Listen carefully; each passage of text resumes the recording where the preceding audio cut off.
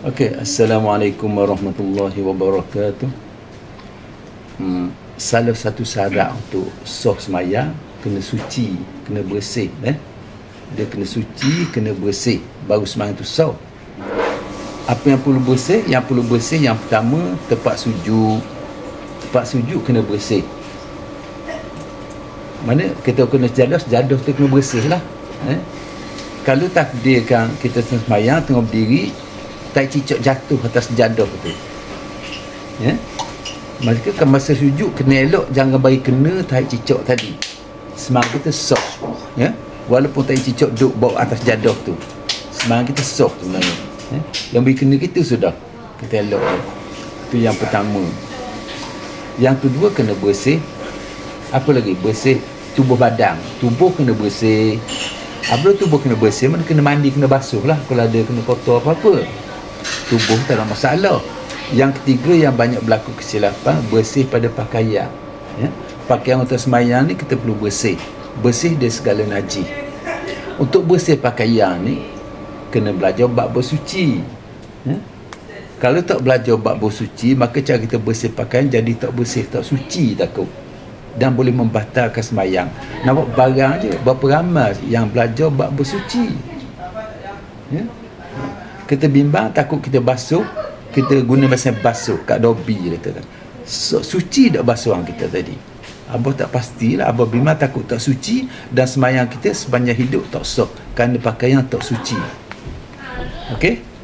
Okey, Bi, kira guna. Betul tak gitu? Yang seterusnya, apabila kita pergi ambil air wuduk kat bilik air, dan bilik air tu kadang kita berjalan kaki nak pergi tempat semayang tadi. Kalau semayang di rumah kita kan,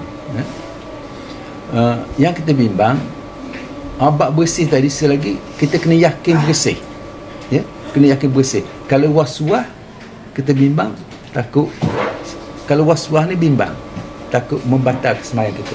Kita tak yakin bersih tapi kita pijak merata juga.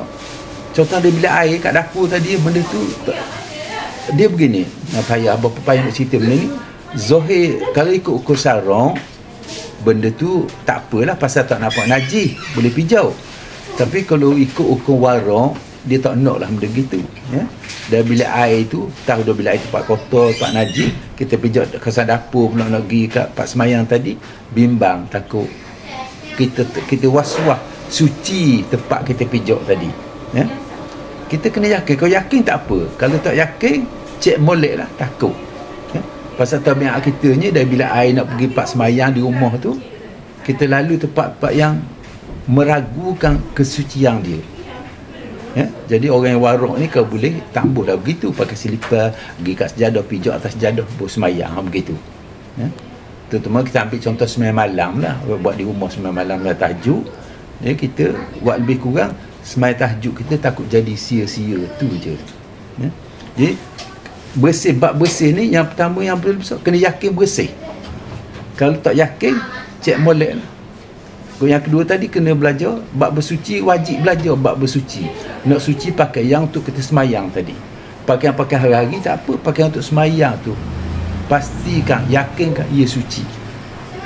Kena basuh ikut kaedah yang kita ikut dalam mazhab Syafi'i lah. Mana pakaian najis kena cuci air lalu. Kalau tak cuci air lalu, najis tak lari dari pakaian kita tadi. Beracun culuk dah besennya nampak bersih tapi tak suci. Ingat balik benda-benda. Yang seterusnya, jangan bawa benda asing dalam semayang kita.